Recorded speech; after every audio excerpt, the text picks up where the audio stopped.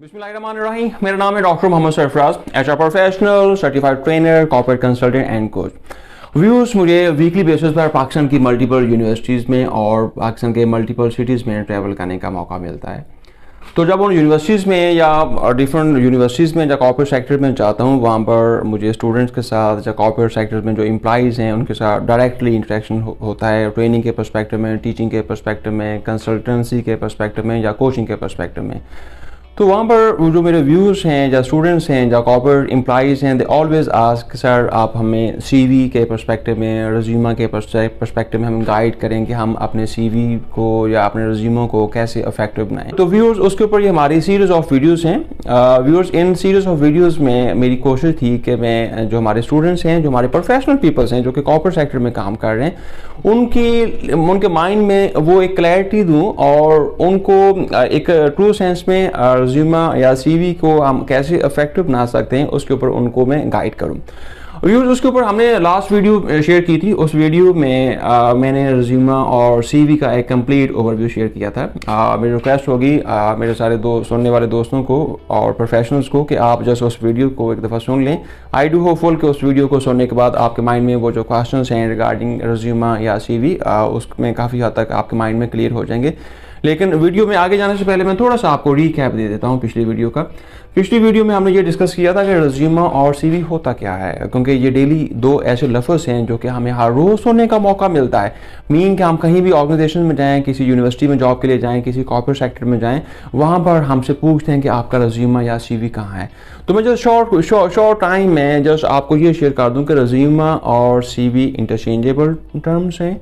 कहीं पर कुछ ऑर्गेनाइजेशन इसको हमें रिज्यूमा स्पेसिफिकली डिमांड करती हैं, कुछ ऑर्गेनाइजेशन हमसे सीवी डिमांड करती हैं। अब असल में थोड़ा सा में की डिफरेंस क्या है। अब resume mean short description of life. Short description of life mean कि इसमें हमने समरी शेयर करनी होती है। समरी मीन कि आप अगर किसी ऑर्गेनाइजेशंस ने आप जो एक स्पेसिफिक जॉब ऑफर की होती है, उस जॉब के अकॉर्डिंगली हमने जो उनको शॉर्ट समरी शेयर करनी है वो लिमिटेड होती है और हाईली रेलिवेंट होती है उस टारगेट पोजीशन की जो कि किसी एडवर्टीजमेंट के थ्रू या किसी न्यूज़पेपर में या किसी सोशल मीडिया के थ्रू प्लेटफॉर्म से आई होती है। लेकिन उसके अगेंस्ट जो सीवी है, that is called detail description. CV में हम सीवी मोस्टली हम लोग यूज़ करते हैं अगर हम लोग अपनी जो किसी रिसर्च और इंटर जॉब्स हैं या किसी यूनिवर्सिटीज़ में एकेडमिक के रिलेटेड जॉब्स हैं, हमें फिर जब वहाँ पे जो अपना डॉक्यूमेंट शेयर करते हैं, दैट इज़ कॉल्ड सीवी। तो सीवी में हम लोग मोस्ट ऑफ द टाइम अपनी एकेडमिक इंफॉर्मेशन, आपकी रिसर्च पब्लिकेशंस, आपकी ग्रांट्स कितनी हैं, आपकी बुक चैप्टर्स क्या हैं, आपने कोई इंटरनेशनल पब्लिकेशंस हैं, रिसर्च कॉन्फ्रेंसेस हैं, इस किस्म की जितनी भी डिटेल इंफॉर्मेशन हमने उसमें शेयर करनी है। दूसरे नंबर पर रिज्यूमा हमारा शॉर्ट होता है, मैक्सिमम 1 से 2 पेजेस का होता है, और लेकिन उसके but on the other side जो आपका सीवी है, दैट इज़ डिटेल 4 पेजेस का भी मुझे देखने का मौका मिला, एंड मोस्ट इंपॉर्टेंटली मुझे 50 पेजेस के भी सीवी देखने का मौका मिला। लेकिन दोनों में जो की डिफरेंस है वो यही है कि वो डिपेंड करता है कि आप किस किस्म की जॉब के लिए अप्लाई कर रहे हैं। व्यूअर्स, ये तो था हमारा रीकैप पिछली वीडियो का जो कि मैंने आपसे शेयर किया। आज हम इसी वीडियो को, इसी टॉपिक को आगे कंटिन्यू करते हैं। आज हमारा जो इंपॉर्टेंट फोकल पॉइंट है डिस्कशन का कि हमने अपने सीवी को या रिज्यूमा को इफेक्टिव कैसे बनाना है। क्योंकि आपका रिज्यूमा या सीवी जब आप किसी भी ऑर्गेनाइजेशन में कोई ऐड आती है, कोई जॉब आती है, सबसे पहले जो डॉक्यूमेंट उस ऑर्गेनाइजेशन में जाता है वो खास सॉफ्ट फॉर्म में हो या हार्ड फॉर्म में हो, वो आपका रिज्यूमा या सीवी होता है। अब दोनों में अब आपने कंफ्यूज नहीं होना, दोनों के डिफरेंसेस मैंने अभी आपसे शेयर किए हैं। अब अगला हमारे माइंड में क्वेश्चन आता है कि हमने अपने रिज्यूमा या सीवी में क्या ऐड करना है। पहला पॉइंट हम इसके ऊपर डिस्कस करेंगे, और सेकेंडली है कि रूल्स या गाइडिंग प्रिंसिपल्स क्या हैं जिनको हमने फॉलो करना है जब हमने अपने रिज्यूमा या सीवी को हमने डिज़ाइन करना है या हमने उसको राइट करना है। तो हम पहले पॉइंट की तरफ आते हैं। पहले पॉइंट में है हमारा फोकस कि हमने अपने रिज्यूमा या सीवी में क्या ऐड करना है।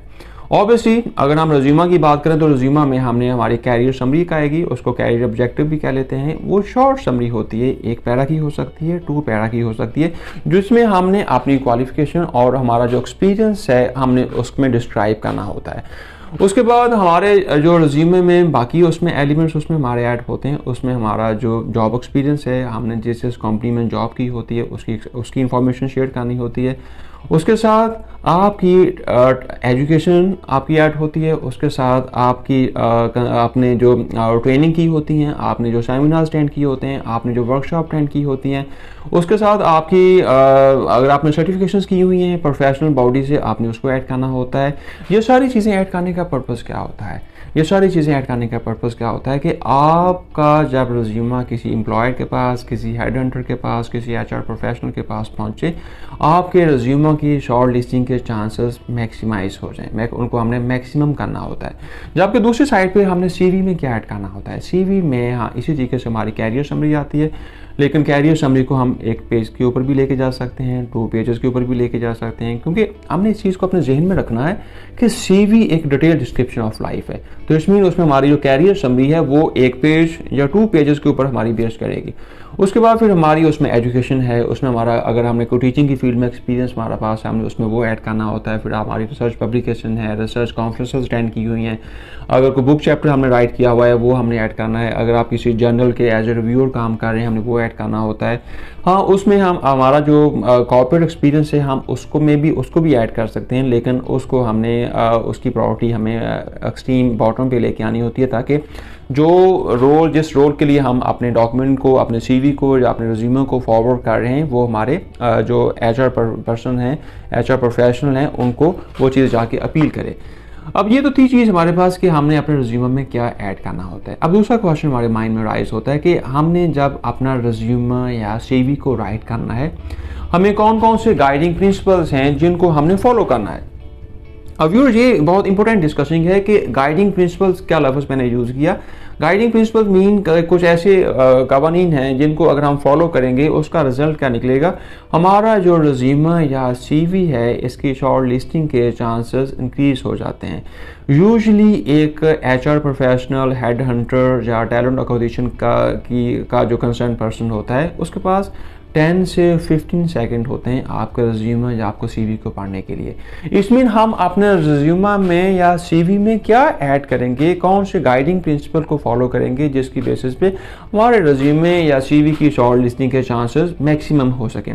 उसके लिए हमें सबसे पहले नंबर पे क्या करना होता है कि हमारा जो रिज्यूमे है हमें उस रिज्यूमे या सीवी को डिज़ाइन इस तरीके से करना होता है कि वो हमारी जो करंट पोजीशन है जिसके लिए हम अप्लाई कर रहे हैं उसको मैच करता हो। This is most important thing कि हमारा जो रिज्यूमे या सीवी है वो हमारी करंट पोजीशन जिसके लिए हम अप्लाई कर रहे हैं उसको वो मैच करता हो। सेकेंडली उसमें हमने प्रोफाइल समरी ऐड करनी होती है, प्रोफाइल समरी या ऑब्जेक्टिव डिफाइन करने होते हैं, और प्रोफाइल समरी और ऑब्जेक्टिव्स को भी हमने इस तरीके से राइट करना होता है कि वो जो करंट पोजीशन है जिसके लिए हमने अप्लाई किया है वहाँ पर उसकी रिफ्लेक्शन आए। अब लेट्स से आप आईटी की जॉब के लिए अप्लाई कर रहे हैं, लेकिन आपका एक्सपीरियंस एचआर के पर्सपेक्टिव में है, आपका मार्केटिंग के पर्सपेक्टिव में है, लेकिन आप अपनी चीज़ों को मैनिपुलेट कर रहे हैं, तो लेकिन आपकी रिफ्लेक्शन ही वहाँ पर आ रही है। तो इसमें हमने इस प्रिंसिपल के ऊपर बहुत डीपली फोकस करना होता है। थर्डली हमें रिव्यू सक्सेसफुल एग्जाम्पल्स कि मीन के इस टाइम जो इंटरनेट के ऊपर 100 and 1000 किस्म की एग्जांपल्स पड़ी हुई हैं, हमने उनको फॉलो करना है, देखना है कि कौन सा ऐसा रिज्यूमा, कौन सा ऐसा सीवी का टेम्पलेट, ऐसा फॉर्मेट जिसको मैं यूज़ करूं जो कि मेरी जो पर्सनल स्ट्रेंथ हैं, मेरी जो की अचीवमेंट्स हैं उस फॉर्मेट को यूज़ करने से मेरी मैक्सिमम रिफ्लेक्ट हो जाए। उसके बाद अगली चीज़ जो हमने यूज़ करनी होती है हमने कोई ना कोई टेम्पलेट यूज़ करना है। उसके बाद टेम्पलेट के बाद जब हम टेम्पलेट यूज़ करें उसके बाद हमने कोई फ़ॉन्ट के ऊपर हमें एम्फसाइज करना होता है। मोस्टली आपका font style, font design, font का कलर, फ़ॉन्ट की स्कीम ये बहुत इंपॉर्टेंट होती है। मोस्टली रिज्यूमे या सीवी मैं देखता हूँ वीकली बेसिस पे या डेली बेसिस पे देखने का मौका मिलता है, उसमें हेडिंग का फ़ॉन्ट कुछ और आ रहा है, जो निचली हेडिंग होती है उसका फ़ॉन्ट कुछ और होता है। इस किस्म के मल्टीपल किस्म की मिस्टेक्स होती हैं जो कि रिज्यूमे में या सीवी में एप्लीकेंट यूज़ करते हैं।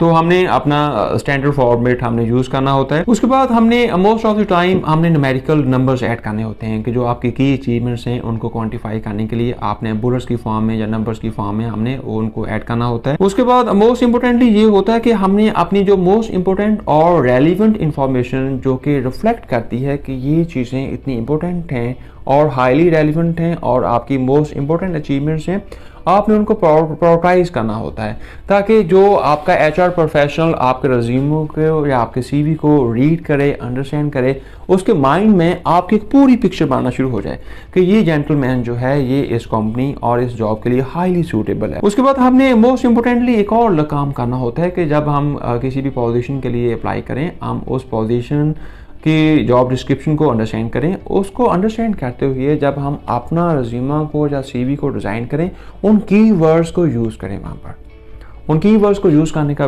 पर्पस क्या है या उसका बेनिफिट क्या होगा आपको, कि उससे जो रिक्रूटर है या आपका हेड हंटर है उसके माइंड में आपकी कंप्लीट पिक्चर बनेगी, और वो जो लफ्ज़ उसने डिमांड किए थे और आप भी अपने रिज्यूमे में या सीवी में उन अल्फाज को बार बार कीवर्ड्स को यूज़ कर रहे हैं, अल्टीमेटली उसके माइंड में आपकी जो एक इमेज है वो हाईली प्रोफेशनल और हाईली अप्रोप्रिएट पर्सन के पर्सपेक्टिव में वो उसके माइंड में डेवलप होगा। एंड मोस्ट इंपॉर्टेंटली हमने एक और काम जो उसके की प्रिंसिपल्स है कि हमने कस्टमाइज रिज्यूमा यूज़ करना होता है।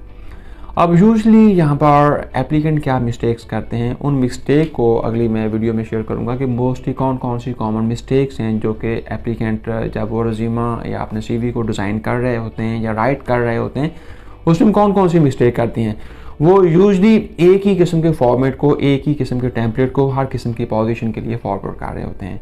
अल्टीमेटली उसका रिजल्ट क्या निकलता है कि उससे आपकी शॉर्ट लिस्टिंग के चांसेस कम हो जाते हैं, क्योंकि एक इंटरव्यूअर के पास या एक रिक्रूटर के पास या एक हेड हंटर के पास या एक टैलेंट एक्विजिशन लीड के पास इतना टाइम नहीं होता कि वो आपकी सारी की सारी इन्फॉर्मेशन 5-6 पेजेस को पढ़े, और जो उसको काम की चीज़ चाहिए थी वो उसको कहीं जाके साथ में 8-9 पेज के ऊपर मेंशन की हुई है। तो इन जो मिस्टेक्स हैं इनको इंशाल्लाह हम अगली वीडियो में शेयर करेंगे, लेकिन हमने क्या करना होता है, एक customize resume as per tailor based resume हमने हर पोजीशन के लिए हमने फॉरवर्ड करना होता है। उसके बाद अगली जो रूल है, जो अगला प्रिंसिपल्स है, जो गाइडिंग प्रिंसिपल्स है कि हमने अपने रिज्यूमा में जो उसमें एड्रेस है जिनको हम अपना रिज्यूमा सेंड कर रहे हैं और जो डॉक्यूमेंट साथ अटैच करने हैं हमने उनको प्रॉपरली करना है। Sometime most of the time ये भी देखने में आया है कि जब एप्लीकेंट रिज्यूमे को फॉरवर्ड करते हैं वो स्पेल मिस्टेक उनके पास होती है या इस किस्म के एरर होते हैं, जब प्रॉपर टेलीफोन या कॉन्टैक्ट नंबर नहीं लिखा हुआ होता, जिप कोड नहीं लिखा होता, स्ट्रीट नंबर नहीं लिखा होता, तो जिसकी बेसिस पे क्या होता है कि 30 से 40% जो रिज्यूमे हैं या हार्ड कापीज़ हैं या सॉफ्ट आपकी इवन हार्ड कापीज़ वो अपनी रेलिवेंट डेस्टिनेशन के ऊपर नहीं पहुंच पाते। और in the same perspective soft copy की फॉर्म में भी ये एरर आते हैं कि एक हल्की सी स्पेल मिस्टेक से भी आपका जो रिज्यूमा या आपका सीवी है आपका अप्रोप्रिएट डेस्टिनेशन पे नहीं पहुंच पाता। तो हमने इस चीज़ को भी कंसिडर करना होता है कि जो हमारा हम जब अपने रिज्यूमे को या सीवी को फॉरवर्ड करें वो एक अप्रोप्रिएट एड्रेस पे हो और उस एड्रेस को मल्टीपल टाइम आप रीड करें ताकि हमारा रिज्यूमा टाइमली उस प्लेस पे ऊपर मूव कर सके। उसके बाद लास्टली बट नॉट लीस्ट हमने अपने रिज्यूमे में या सीवी में प्रोफाइल पिक्चर ऐड करनी होती है। व्यूअर इस टाइम पिक्चर जो है हमारे जो साइकोलॉजिस्ट हैं या बीइंग एज एचआर प्रोफेशनल, एक जो पिक्चर होती है किसी भी ह्यूमन की वो मल्टीपल पर्सपेक्टिव में मल्टीपल किस्म की इंफॉर्मेशन शेयर कर रही होती है। अब उस पिक्चर की क्या मीनिंग्स हैं, उसकी क्या इंपॉर्टेंस है, उस पिक्चर को देखने के बाद हमारे माइंड में क्या एक उस एप्लीकेंट के बारे में क्या व्यूज़ या क्या फाइंडिंग्स या क्या व्यूज़ हम डेवलप करते हैं, ये पिक्चर हमें शेयर करती है। तो मीन कि हमारा जो रिज्यूमा या सीवी है, एक तो हमने जब रिज्यूमा या सीवी को हमने राइट करना है उसमें हमने क्या क्या चीज़ें ऐड करनी है, मैंने आपके साथ वो शेयर की। और सेकंडली वो गाइडिंग प्रिंसिपल जिनको अगर हम फॉलो करेंगे, जिनके मुताबिक हम अपने रिज्यूमा या सीवी को राइट करेंगे, उसका रिज़ल्ट क्या निकलेगा कि हमारा रिज्यूमा या हमारा सीवी की शॉर्ट लिस्टिंग के चांसेस इंक्रीज़ हो जाते हैं। और बीइंग ऐसे एप्लीकेंट हमारा पर्पस भी यही होता है कि एट लीस्ट हमारा रिज्यूमा या सीवी शॉर्ट लिस्ट हो जाए। बाद में जब आपका इंटरव्यू होता है उस टाइम जब फेस टू फेस इंटरेक्शन होता है एचआर प्रोफेशनल्स के साथ, वहाँ पर फिर आपके पास काफ़ी टाइम होता है, काफ़ी आपके पास क्वेश्चन होता है, अपने बारे में अपने आप को एक्सप्लेन करना होता है आपने, तो वो आपके पास टाइम बाद में आता है। लेकिन पहली चीज़ जो कि किसी ऑर्गेनाइजेशन में आपकी जाती है वो आपकी जाती है रिज्यूमा। व्यूअर्स, मुझे उम्मीद है कि आज की इस वीडियो को सुनने के बाद और देखने के बाद आपके माइंड में जो मल्टीपल किस्म के क्वेश्चन थे कि रिज्यूमा या सीवी में हमने क्या ऐड करना है और क्या क्या इंफॉर्मेशन हमने उसमें ऐड करनी है, और उसके साथ हमारे रिज्यूमे को या सीवी को राइट करते हुए हमें कौन कौन से गाइडिंग प्रिंसिपल्स हैं हमने जिनको फॉलो करना है, जिनके ऊपर हमने इम्प्लीमेंट करना है, जिनको हमने इम्प्लीमेंट करना है और राइट करना है। आई डू होपफुल कि आपने उनको अंडरस्टैंड किया होगा और आपके ये इन्फॉर्मेशन आपको आपके सीवी या रिज्यूमे को राइट करने में आपको सपोर्ट करेंगे। व्यूअर्स, आपका इस वीडियो को देखने का बहुत शुक्रिया। हम अगली वीडियो में इस चीज़ को डिस्कस करेंगे कि वो कौन सी कॉमन मिस्टेक्स हैं जो एप्लीकेंट जब अपने रिज्यूमे को या सीवी को राइट करते हैं उस टाइम करते हैं।